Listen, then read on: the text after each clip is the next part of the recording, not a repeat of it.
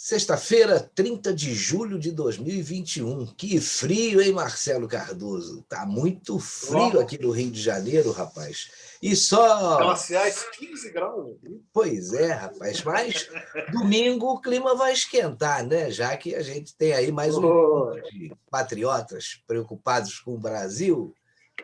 Apesar da preocupação, Exatamente. a turma está confiante, né, do que vai acontecer aí nesse domingo, dia 1º de agosto, em várias cidades do país. Por sinal, agosto é um mês tido como bastante sensível para a política, né? Por tradição aqui na terra de Santa Cruz. O Dose Dupla de hoje começa perguntando qual é o futuro da política brasileira, né? O que mudou em 2 anos e meio e o que se espera que se mude a partir do pleito de 2022, o ano do bicentenário da independência, né?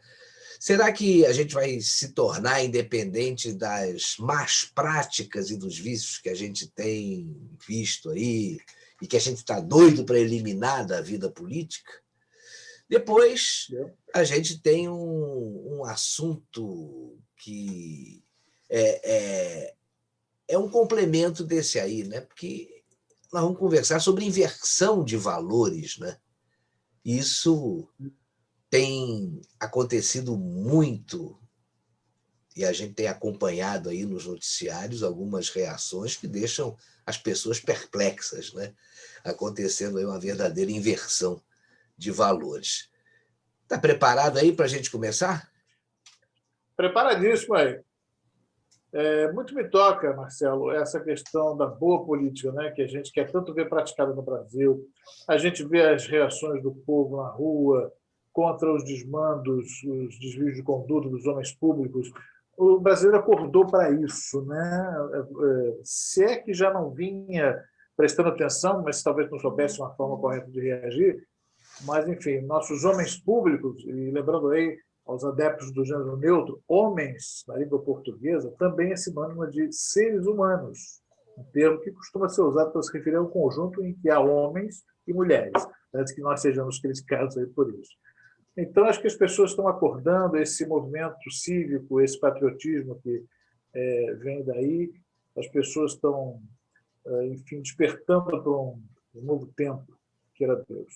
E essa inversão de valores também é outro assunto do qual a gente vai falar, me faz lembrar um pouco George Orwell, né?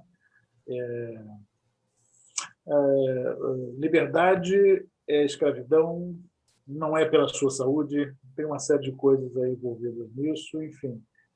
Em vários aspectos, com essa vida destrambelhada que a gente vem vivendo, pelo menos com mais intensidade, 1 ano e meio, um pouco mais, as coisas estão de cabeça para baixo, ou de ponta cabeça, como diriam os nossos amigos paulistas.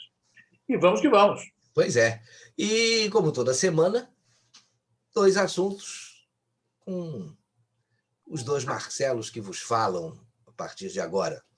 Começando aqui no instantenews.1, mais uma edição do Dose Dupla.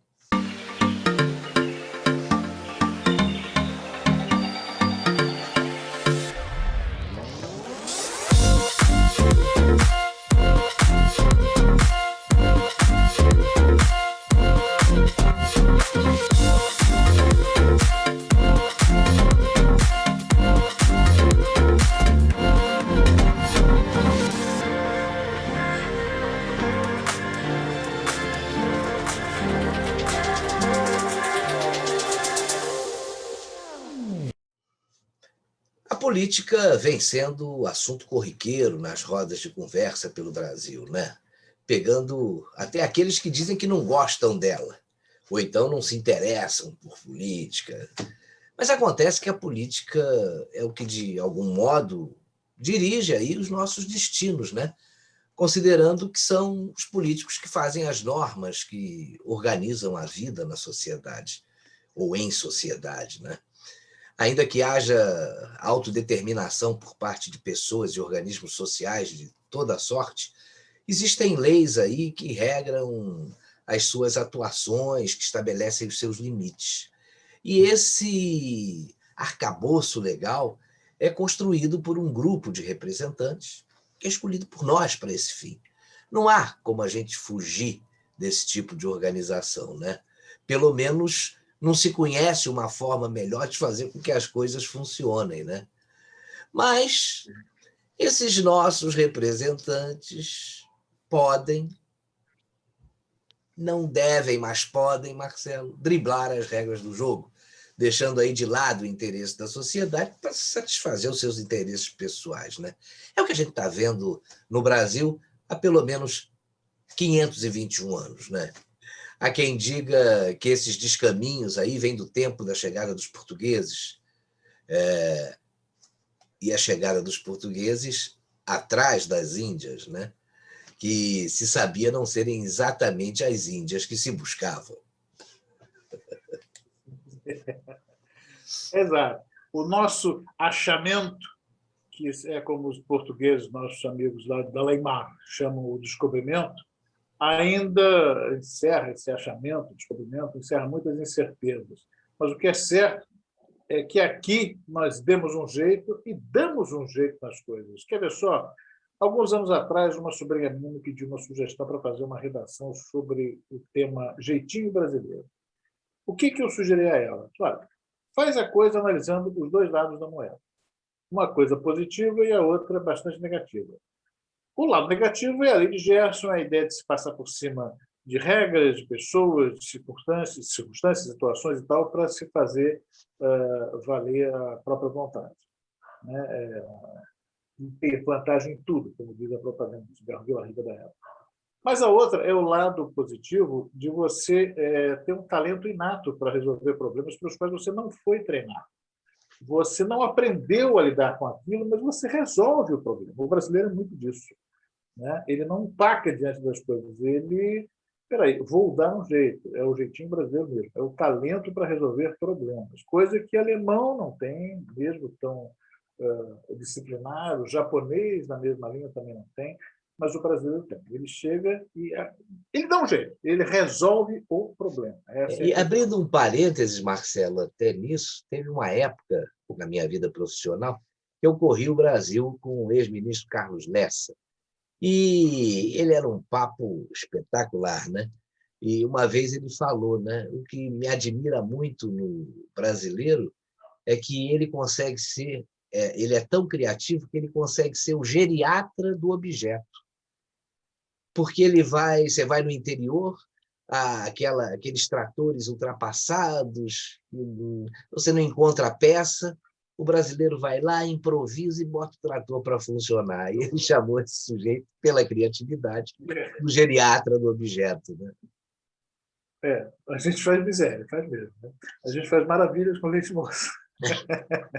Mas eu diria, voltando ao assunto original, sem leite moça também, voltando ao nosso assunto original, dessa questão da política, da má política, dos maus políticos, do que eles fazem de ruim, que essa prepotência de se achar que se pode tudo e se pode contra todos, da história do coronelismo, né, uma falsa patente militar na história, isso remete à época das capitanias hereditárias, né, que havia os donos, os cargos públicos eram predominantemente indicações, sem muita chance de manifestação de vontade por parte da população. Então, isso conferiu historicamente e de maneira reiterada aquele sentimento de que eu posso tudo, eu faço tudo, eu quero tudo, vai ser do meu jeito.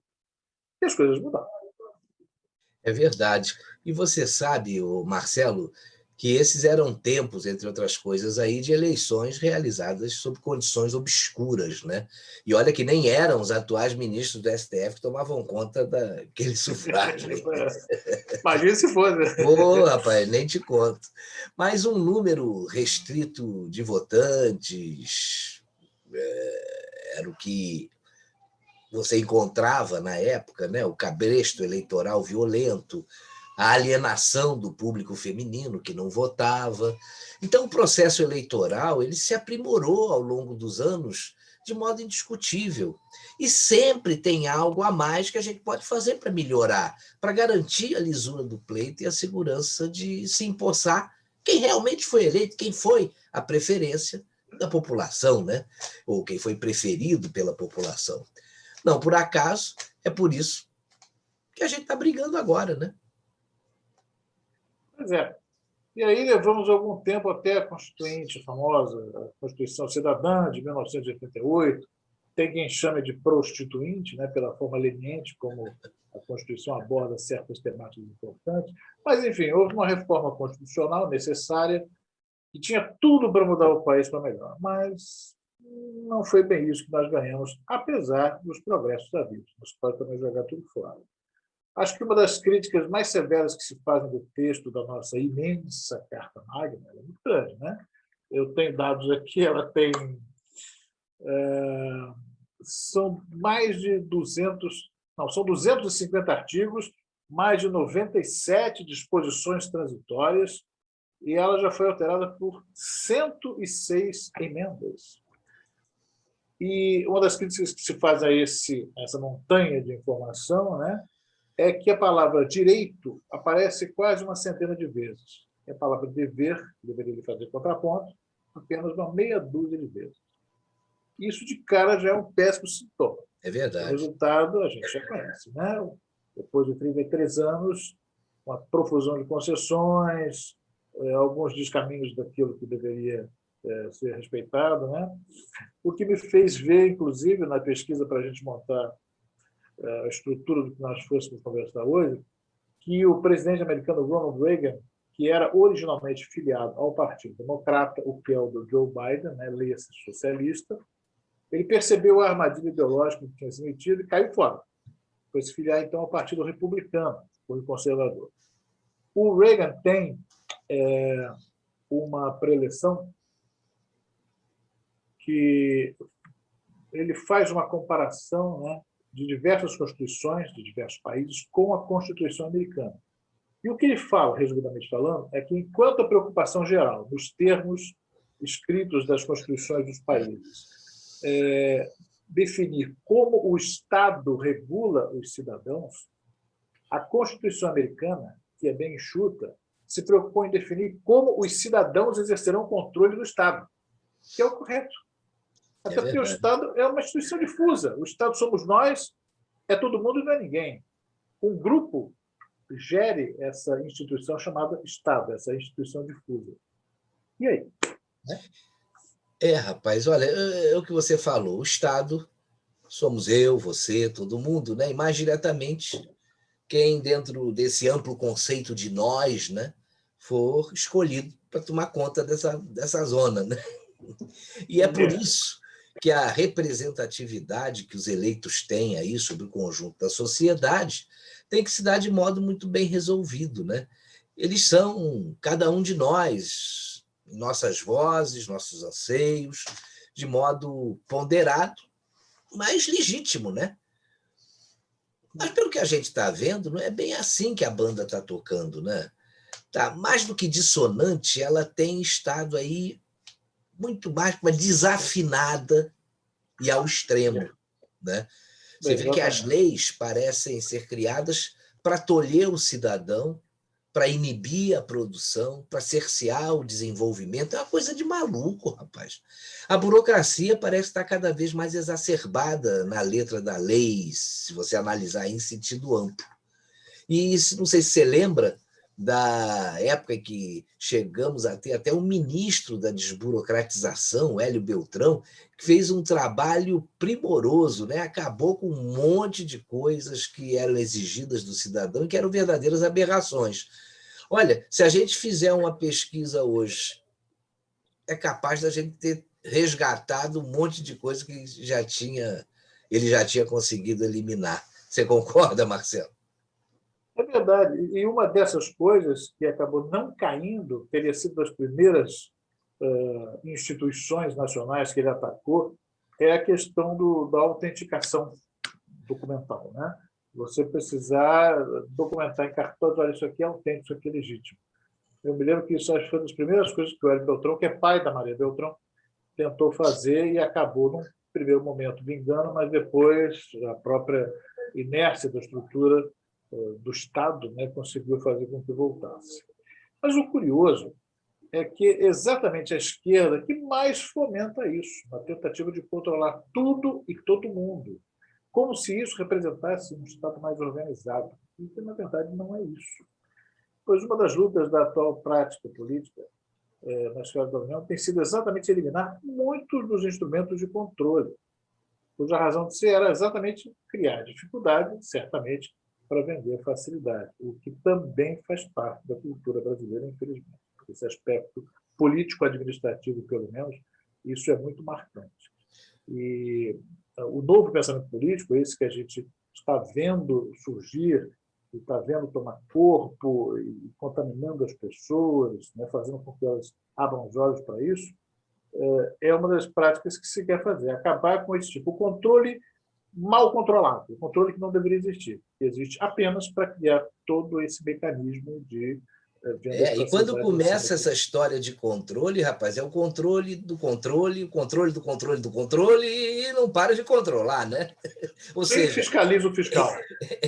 só é possível mudar quando a gente mudar quem está lá de verdade, né? E assim, Sim, em grande proporção, né? E a garantia para que isso ocorra, a gente sabe qual é, né, Marcelo? exatamente. É aquela que nós vamos defender no domingo, lá na praia de Copacabana, aqui no Rio de Janeiro. Eleições transparentes, porque se forem transparentes, serão limpas. Não tem como. As palavras, inclusive, são sinônimos, pode dizer assim.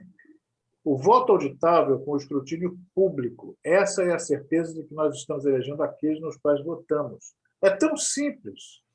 Não tem nada de excepcional nisso. O próprio Tribunal Superior Eleitoral já chegou a tecer loas sobre isso, e de repente mudou de ideia, sabe-se lá por quê, estaremos falando disso daqui a pouco.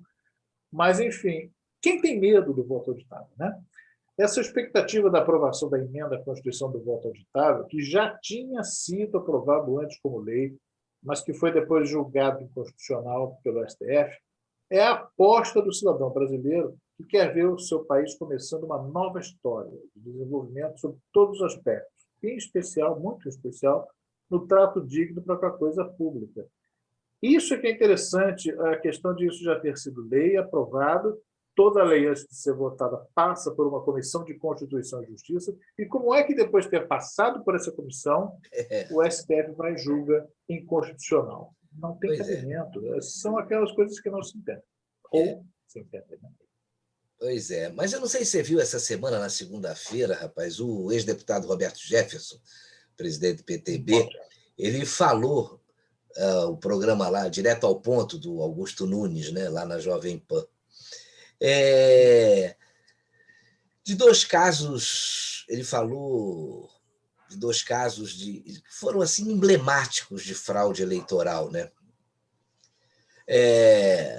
A Dilma ganhando do Aécio em 2014, após 3 horas de espera para o fechamento das urnas do Acre, e a súbita, e a súbita revelação da vencedora.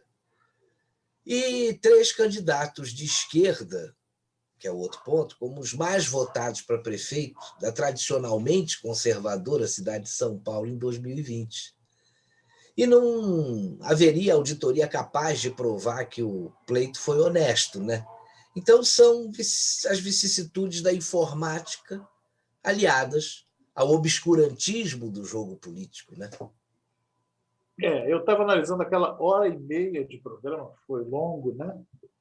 Mas foi muito bem aproveitado, as perguntas foram muito bem colocadas, o Roberto Jefferson também é um cara que se expressa com muita tranquilidade, inclusive falando das coisas que não lhe dizem propriamente boa coisa, mas, enfim, ele assume perfeitamente tudo aquilo que ele fez de bom e de ruim. Tá, né? E pagou por ele, isso. como... bem diz o Cláudio Lessa, né, diz que ele é o crápula do bem, por ter denunciado lá o esquema do mensalão. Então, e realmente, não fosse por ele, por São Roberto Jefferson, como a gente costuma dizer, nós não saberíamos da missa retada que tinha acontecido. Né? O fato é que a gente não pode continuar refém de uma gangue, o termo é esse, uma gangue, são bandidos, estão abertamente tramando contra o país. O próprio Roberto Jefferson, nessa entrevista, falou disso e falou com todas as letras. O TSE é que está por trás da armação da fraude que se pretende nas eleições de 2022. A própria Corte Eleitoral, de uma excrescência administrativa que só existe no Brasil. E isso ele demonstrou com uma cronologia muito bem delineada. Então, ele parte, vai dizendo fato a fato o que contribui para que esse raciocínio seja validado. Cai a condenação em segunda instância. Livra-se Lula da cadeia. Anulam-se os crimes cometidos por ele e coloca-se o juízo responsável pelas condenações sob suspeição. Faz-se com que Lula se torne elegível. Divulgam-se pesquisas mostrando seu favoritismo como candidato. Divulga-se a profecia autorrealizável, ou seja, Lula é eleito, apesar de todas as evidências de que isso não seja verdade, porque as pesquisas estavam dizendo o contrário e os resultados corroboram as pesquisas.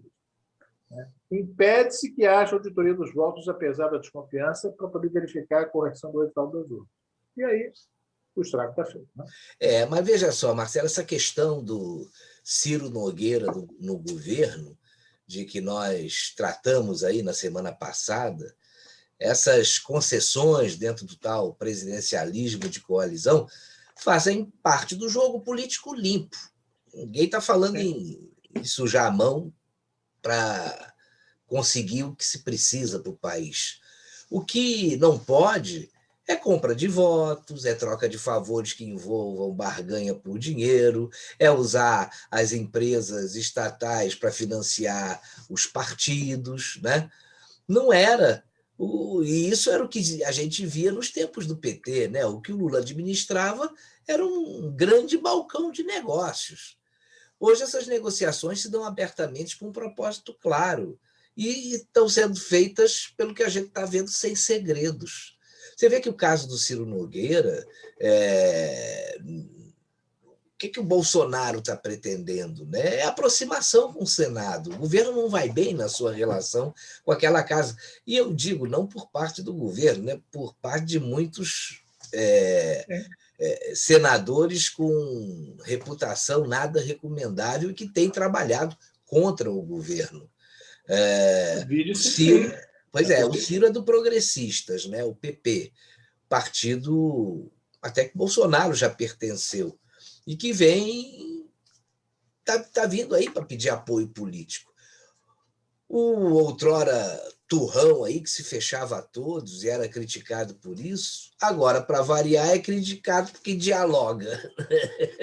Quer dizer, o negócio a gente está vendo, né? É criticar por criticar. Isso a gente já sabe que é assim, né? Há 2 anos e meio que a gente assiste esse filme, né? Eu estou ficando meio chato. Agora, por outro lado, rapaz, tem a questão do representante eleito pelo povo que simplesmente acha de ignorar a vontade do povo que o elegeu. A pergunta nesse sentido, por exemplo, é: cadê a abertura de processo de impeachment contra o iluministro Alexandre de Moraes, Alexandre o Grande, que foi feita por um abaixo-assinado com mais de 3 milhões de assinaturas, inclusive a minha? Cadê esse pedido? Quando é que isso vai ser posto em discussão? Parlamentar pode ter caprichos a ponto de agir apenas seguindo a sua própria vontade e tudo bem? Olha, é evidente que não, né, Marcelo?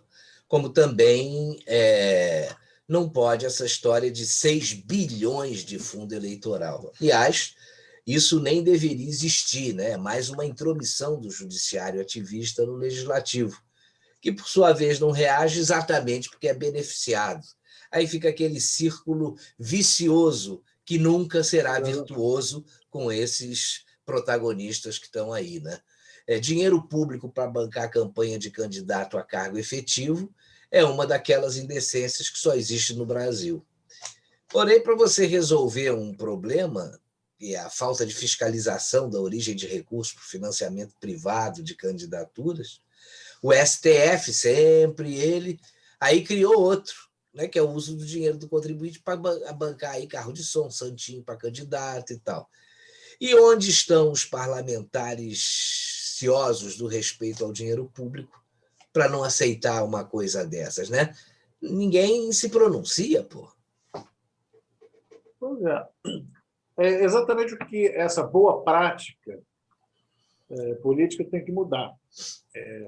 São os conceitos dessa nova política, dessa boa prática que a gente está começando a ver acontecer. Nós já conseguimos uma boa safra de novas cabeças no Parlamento Federal, né? Com Bia Kicis, Felipe Barros, Marcelo Van Hatten, apesar do novo, né? Marcos Rogério, apesar do bem. Enfim, são aqueles que praticam a política sadia, pelo menos naquilo que eles têm demonstrado, e parece ser realmente sincero da parte deles. Você se lembra que, 40 anos atrás, ainda durante os governos militares, a gente ouvia os nossos pais, você deve ter ouvido seus pais dizerem isso, coisas como não se meta com política, ou evite conversar sobre política. Você deve se lembrar disso, né? E por que isso? Conselho de pai e mãe é para se ouvir. E havia uma razão de ser que a gente veio descobrir depois. Né? Porque a gente podia Isso se aí. envolver com a má política. As boas práticas que nós começamos a ver e que a gente espera ver como padrão de postura daqueles aos quais a gente confere a prerrogativa de representação, né, nas escolhas da coletividade. Isso precisa acontecer de fato, né?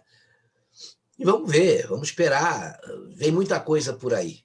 Mas eu acho que é hora de passar para o segundo tema do Dose Dupla de hoje, que é justamente a inversão de valores que está acontecendo no Brasil, mas de uma maneira assustadora e que também vem muito a calhar aí com tudo isso que a gente está falando. Você vê que na última manifestação da esquerda, realizada em São Paulo, no sábado 23 de julho, né? Foi sábado ou domingo? Foi sábado, né? Não, sábado 23 foi sexta, foi sábado 24. Sábado 24, né? É isso mesmo. Um dos atos de vandalismo foi a tentativa de destruir a estátua do bandeirante Borba Gato, né? Agora, se você olhar o número de manifestantes que estavam ali fazendo isso, eram 20, mais ou menos.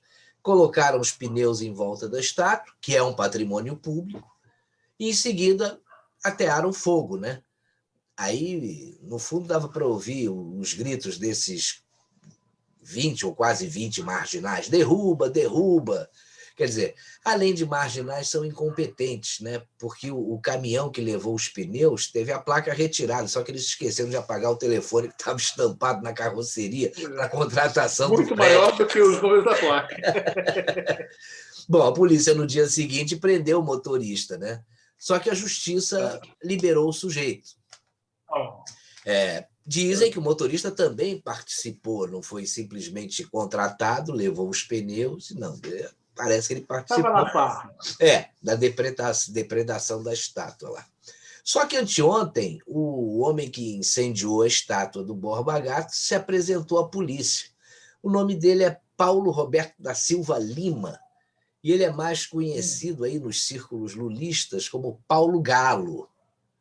Petista. Cantor de galo, né? Quis cantar de galo, mas se ferrou. Ele confessou ter praticado ato de vandalismo, sabe o que ele alegou? Para provocar o debate. Você imagina se fossem fazer atos desse tipo para provocar o debate com o STF? O que iria acontecer, né? O que iria acontecer, Marcelo?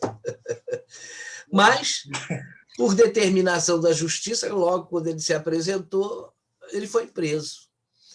Mas após a prisão dele, rapaz, o que apareceu de esquerdista para defender o sujeito e falar de arbitrariedades contra ele, não está no gibi, rapaz, uma aberração. O sujeito é um criminoso que destruiu o patrimônio público. Quer dizer, mais uma vez, a esquerda mostra a sua cara, né? É uma inversão total de valores, concorda? Pois é, olha só, Marcelo, um verdadeiro absurdo mesmo. O Guilherme Boulos, né? Além de lamentar a prisão do Galo, delinquente, teve a coragem de dizer que a prisão é absurda e inaceitável. Isso, veja lá se é postura de um sujeito que foi pré-candidato ao governo da maior capital do país ano passado, que ficou em segundo lugar no segundo turno. E vai ser de novo, né? Pois é. E é pré-candidato. Esse sujeito que ele... Exatamente, pois é. Esse pessoal é sempre pré-candidato. É igual aqui no Rio também. Lá é o Boulos, aqui é o Freixo, né? São sempre os dois. É a dobradinha lá. Aliás, eu não suporto dobradinha.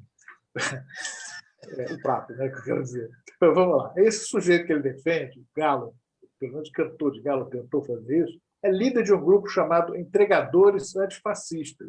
Eles me perguntam, eles entregam o quê e a quem? Né? Entregam quem e a quem também. Pô, eu não quero que ele entregue nada na minha casa, hein? Não, ele não deve ser... Que para eles nós não deve ter moto. Se eu tivesse moto, não estaria como entregador. Pelo menos é o entregador que não usa moto. O moto estava nesse grupo. Mas vamos lá. E a mulher, ou companheira dele, também teve prisão preventiva decretada. Dá uma olhada na pinta desse galo. Está mais para galo ou mais para pinto? A conclusão fica por conta de cada um, né? Mas, olha, o que é triste, Marcelo, é que o casal tem uma filha de 3 anos. Você imagina o que esses dois vão fazer com a cabeça dessa criança, né, rapaz? Mas não foi só o Boulos que saiu em defesa do vândalo, né? Ivan Valente, Gleisi Hoffmann e companhia, né? Também acham que o que ele fez foi simplesmente um ato de protesto contra um fascista que dizimou índios no interior de São Paulo. Os caras, além de encherem o saco da gente no presente, eles querem mudar a história, né? Quer dizer, eles agora querem decidir quem merece e quem não merece ter uma estátua em local público. Ora, se ele não concorda, vai lá na Câmara de Vereadores, na Assembleia Legislativa, e vai pleitear a retirada da estátua, a sua substituição. Mas fazer o que eles estão fazendo, que é aquela história que contam um amigo meu, o Hamad, que está no Papo da Madrugada com a gente, contava uma história, né? Aí mostrava como é que o sujeito embaralhava a carta, o mágico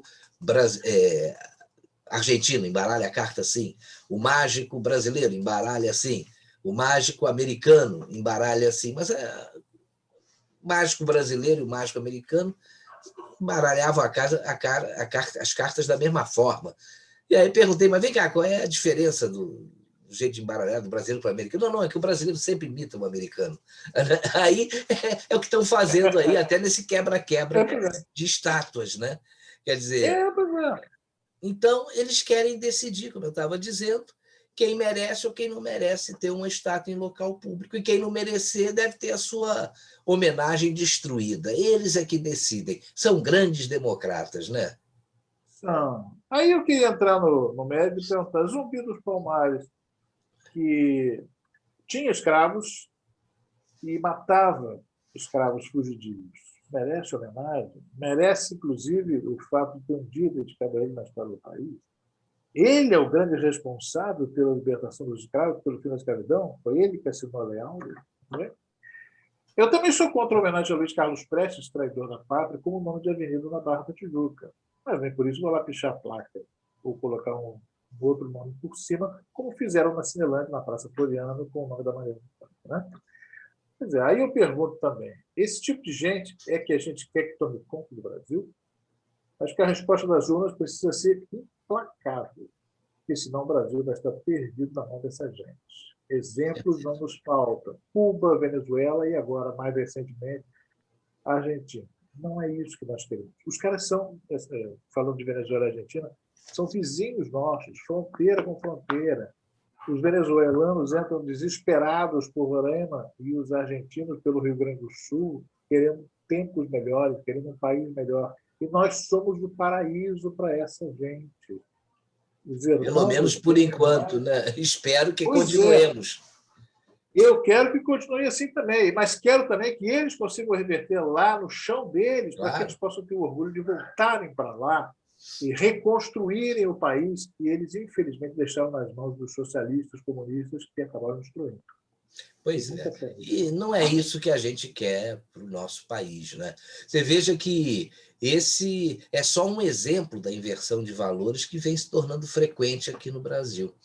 Um outro exemplo bem interessante, aí vamos voltar ao assunto, diz respeito ao voto impresso auditável. Você vê que uma grande parte da sociedade quer mais transparência no processo e os responsáveis pela lisura das eleições estão fazendo ativismo judicial e político, que é proibido, inclusive, pela Constituição.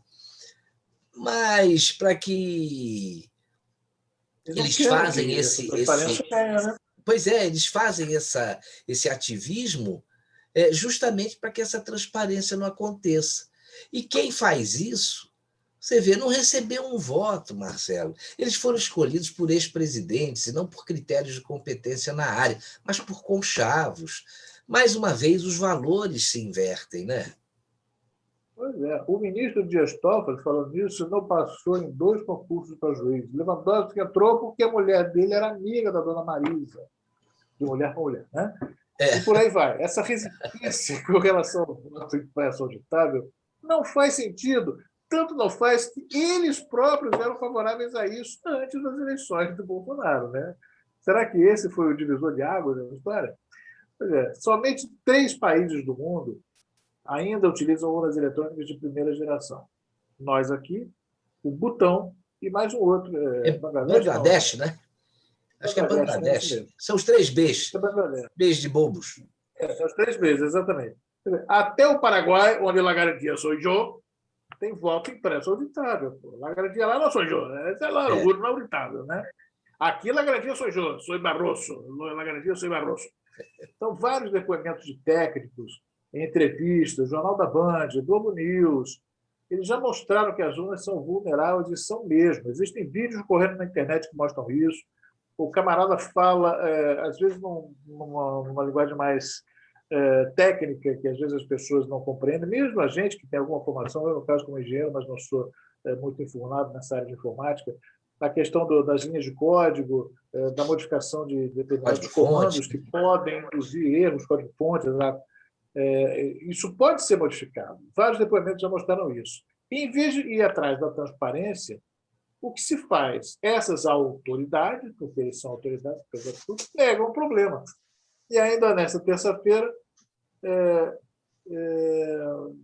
criaram uma equipe para aumentar a celeuma e impedir qualquer questionamento do processo eleitoral. O TSE chegou a impedir que membros do tribunal, né, da parte de tecnologia da informática, comparecessem à Câmara, ao Congresso especificamente, não sei qual das casas, mas para tomar pé dos debates que há por lá sobre essa questão do voto auditável. Os técnicos de tecnologia da informática do TSE, que é o órgão que administra o pleito no Brasil, foram impedidos pelo presidente do TSE, que é o Luiz Roberto Barroso, de participarem de um fórum que está discutindo exatamente a segurança da votação. Esse iluministro não pode ser questionado? Agora você veja que coisa, né, Marcelo? Uma equipe composta pela secretária-geral da presidência do TSE, o nome dela está aqui, é Aline Osório, e pelo secretário de Tecnologia da Informação, que você falou que é o Júlio Valente, eles vão ser responsáveis por monitorar as manifestações nas redes sociais sobre segurança do processo eleitoral brasileiro. Essa medida, segundo Barroso, tem o objetivo de impedir questionamentos sobre as eleições. O cara quer impedir o questionamento, está tudo invertido, rapaz. Mas esses caras vão monitorar ou vão censurar? Com todas a gente sabe, né, o que eles vão fazer. Dúvidas, né? Pois é. É um esforço que está sendo feito sobre-humano, sob o pretexto de disseminar notícias falsas, as tais fake news, envolvendo as eleições, mas, na verdade, isso é uma tentativa de criar mais problemas, né? Essa fala dos ministros com relação a essa atitude de evitar os questionamentos, inibir, né, criar uma censura sobre isso, criar tudo um véu sobre essa questão, foram criticadas pelo deputado federal Felipe Barroso, que é o relator, né, do voto. Felipe Barros. Não, brinca, mas não ofende. Brinca, mas não ofende. O que eu falei? Felipe Barroso, não, Felipe Barros. Não, pois é, foi lá. Esses ministros estão passando, os caras confundem até a cabeça, não conseguem nem pensar direito. Os caras estão passando de todos os limites, cara. Isso é um absurdo, é uma excrescência, é uma indecência, é inimaginável. A gente não consegue imaginar isso. Estamos num país que está apresentando tanta questão da democracia, brigamos tanto por isso, e quando estamos refinando essa questão, essas técnicas para tornar a democracia muito mais que usufrua, que seja possível ser usufruída pelos cidadãos, você tem alguém para trabalhar contra, sendo exatamente quem está na pirâmide administrativa do país, politicamente e administrativamente falando. Na realidade, Marcelo, o que há é uma campanha de desinformação, né, contra o voto impresso auditável. E os próprios ministros do STF que estão veiculando fake news, dizendo, por exemplo, que a gente quer voltar à cédula de papel, o que não é verdade, nunca se pensou nisso. O que as pessoas estão defendendo é a migração das urnas de primeira geração para as de segunda geração. Na prática, o eleitor vota na urna eletrônica, no fim da votação, ele vê um comprovante passando num um dispositivo que, inclusive, é protegido redoma, por né? vidro, né, numa redoma, para saber se o voto dele está correto. São realmente muito estranhas essas constantes tentativas do ministro Barroso para barrar aí a vontade e a liberdade da população brasileira pelo voto impresso auditável. Quem é que está parecendo o ditador, né? Mas ontem nós tivemos a live aí do presidente Bolsonaro. Ela foi bastante longa, e além de vídeos que a gente já tinha mostrado aqui no canal e dos relatórios encaminhados pela Polícia Federal ao TSE, que eu desconhecia e foi bem interessante nesse aspecto, nós tivemos pontos e indícios aí enfatizados pelos especialistas. E não só especialistas, tinham técnicos também, né, que apareceram em vídeos e tal, e participaram da live. A conclusão é a seguinte, né? A democracia brasileira ela está correndo risco, porque eu parto desse princípio só por um aspecto, porque quem deveria estar protegendo a democracia e a nossa Constituição não está apresentando sinais de confiabilidade. E você vê que ontem, no programa Os Pingos nos Is, até na parte final, o Fiuza fez um comentário muito interessante, dizendo que o presidente também já tinha feito, né? Os mesmos que vão apurar as eleições de 2022 são aqueles que fizeram o que fizeram para dar ao ex-presidente Lula o direito de disputar essas mesmas eleições, né? Então, o que se quer, na realidade, é o aprimoramento do sistema. E é muito estranha essa posição de alguns aí com relação a essa resistência ao voto impresso auditável. Quais foram as tuas observações aí, Marcelo, sobre a live do presidente? A gente falou até da trama, né? Todo aquele cadeamento, o cronograma para se fazer a fraude, né? Que foi mencionado, inclusive, pelo Jefferson. Uhum. Você falou a questão do voto, quer dizer, a desinformação propagada pelo próprio TSE, como se o voto auditável fosse o retorno à cédula de papel. Existe uma outra coisa que também é colocada como informação difusa para confundir, que é o fato de a cédula ser uma exposição do voto do eleitor, o que é vedado pela lei e que também não é o caso. Ele não tem acesso àquilo. Aquilo não é um comprovante, é um termo como se usa até para criar essa desinformação. Não existe um comprovante. O comprovante de votação é aquele que você recebe com o número do seu título de eleitor, consubstanciando que você compareceu para votar. E, eventualmente, através de uma declaração que você obtém do próprio site do TSE dias depois do pleito, né?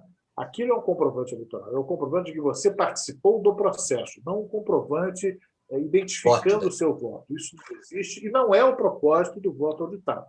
E isso é colocado de maneira errada, confusa, para exatamente criar um temor, né? A mesma coisa que a gente está vendo nessa coisa do que está acontecendo com o planeta há 1 ano e meio. Você tem que pegar a pessoa pelo temor, você tem que vencer o sujeito, confinar o cara psicologicamente, fazer um terrorismo psicológico mesmo, e um terrorismo midiático para agir nesse sentido. Com relação à live, rapaz, eu acabei perdendo um pouquinho do início, mas acabei resgatando aquilo. Ele fez duras críticas ao ministro Barroso, e não é a primeira vez que o presidente Bolsonaro faz isso. Ele critica duramente, e você vê que o Barroso não reage. Quer dizer, é como se ele acatasse aquilo. Ele não tem argumentos para contrapor, né? Você teve ali, até pelo contrário, houve uma espécie de um desafio, uma palavra talvez não seja essa, mas é quase isso, que durante a live, que durou 2 horas e um pouquinho mais, você teve o TSE fazendo críticas, rebatendo informações que o presidente passava, informações essas que eram falsas, que o próprio Fiuza depois entrou no Pingo nos Is, na Jovem Pan, confirmando que eram informações que não coincidiam com a verdade dos fatos, né? Você teve, no final, a participação daquele técnico da Polícia Federal dizendo da inauditabilidade das urnas, comprovado, fato comprovado. Foi o ministro da Justiça, próprio... ministro da Justiça. Ah, sim, sim. É verdade. Mas em função de uma investigação da própria Polícia Federal feita disso, nesse sentido, que já vinha sendo feita a pedido do Tribunal Superior Eleitoral desde 2016. Bolsonaro nem sonhava em ser candidato a presidente. Quer dizer, ele ainda não representava o perigo que representa, que é a razão de ser de toda essa celeuma, a gente sabe muito bem disso. Então, a Polícia Federal reiteradamente atestou a necessidade, e nunca se foi falado que as urnas eram imprestáveis ou alguma coisa, que também é outra forma de dizer o que se quer em relação ao discurso que defende o voto auditável. Nunca ninguém desmereceu as urnas. As urnas são da criação do Brasil, isso se propagou pelo mundo, o nosso sistema é muito bem feito, mas precisa ser, como você bem falou várias vezes aqui, aprimorado. E o aprimoramento é exatamente para dar segurança ao pleito, garantir que o que está sendo feito é de acordo com a vontade do cidadão, que é a vontade do eleitor. Né? Existe uma pressão violenta, como também foi no passado, e a gente também já falou disso em mais de um programa, a questão do TSE fazer isso de uma forma tão escrachada que chega a ser ativismo judicial. Isso é atividade político-partidária de ministro do Supremo, que é vedado por lei. Isso é crime. Isso é crime. Mais do que qualquer coisa, é crime, é uma interferência na atividade do Poder Legislativo. É quase como se os ministros do TSE tivessem ido aos líderes de 11 partidos para chantageá-los em relação aos votos lá, e isso fazendo com que vários membros da comissão fossem trocados. Né? É o que parece, né? Dá a impressão, pode não ser verdade, mas dá a impressão. É uma luta violenta, mas acho que nós estamos preparados para ela. Acho que as manifestações de violência da outra parte, da parte que não quer o voto auditável, estão ficando cada vez mais exacerbadas, exatamente porque eles sabem enfraquecidas, que a palavra né? pode ser perdida. Enfraquecida. Eles sabem que a parada pode ser perdida, que domingo as pessoas vão para as ruas, que existe um propósito muito firme de evitar que isso possa minimamente não passar, isso tem que passar. Aí sim, a intimidação, vamos dizer assim, no sentido positivo da palavra, tem que acontecer com os parlamentares, mas da parte do cidadão. As pessoas que vão para a rua dizem, olha, eu votei em você para você fazer isso que eu penso que você deva fazer. O meu desejo, a minha vontade como cidadão e como eleitor é que haja o voto auditável. Então, você tem que respeitar o meu voto. Eu votei em você para que você preze isso. O parlamentar, ele talvez não seja propriamente um escravo. Houve uma expressão do Rodrigo Maia uma vez que ele não estava ali para ser um cartório para carimbar a vontade do cidadão. De certa maneira, ele tem razão, de certa forma também não tem.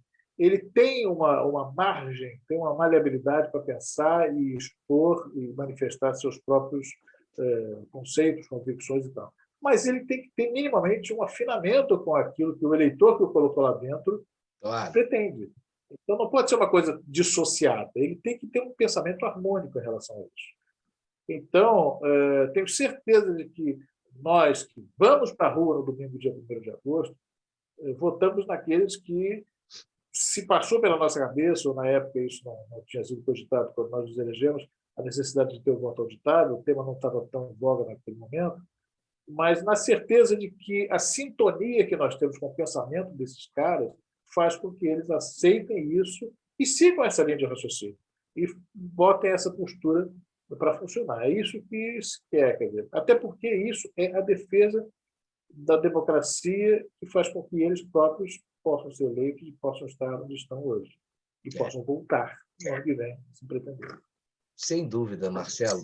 Mas o Dose Dupla de hoje fica por aqui, né? Você que nos acompanha pode curtir, comentar e conhecer também as outras mídias que nós temos aí no Instante News, né? Está presente na internet, no Instagram, no Facebook, no Telegram e agora no Getter. E nesse domingo, dia 1º, muitos de nós estaremos mais uma vez aí nas ruas, né? Por uma pauta pela qual eu acho que vale a pena a gente lutar. Né? Quem sabe se a gente se encontra lá em Copacabana, Marcelo, na sexta-feira que vem. Na sexta-feira que vem vai ter mais um Dose Dupla por aqui, certamente abordando aí esse grande encontro aí pelo Brasil. Né? Obrigado pela companhia, obrigado pela audiência, obrigado também a você, Marcelo, e um grande abraço aí para todo mundo. Valeu, fatura fechada. Vamos ver, então, o que os nossos seguidores acham desses dois assuntos, das ponderações que a gente fez. A gente quer conhecer o que você pensa. Vai lá nos comentários, curta o nosso programa, faça as suas ponderações também. Ficamos muito felizes com a participação de vocês. Grande abraço e até sexta que vem. Tchau, até sexta.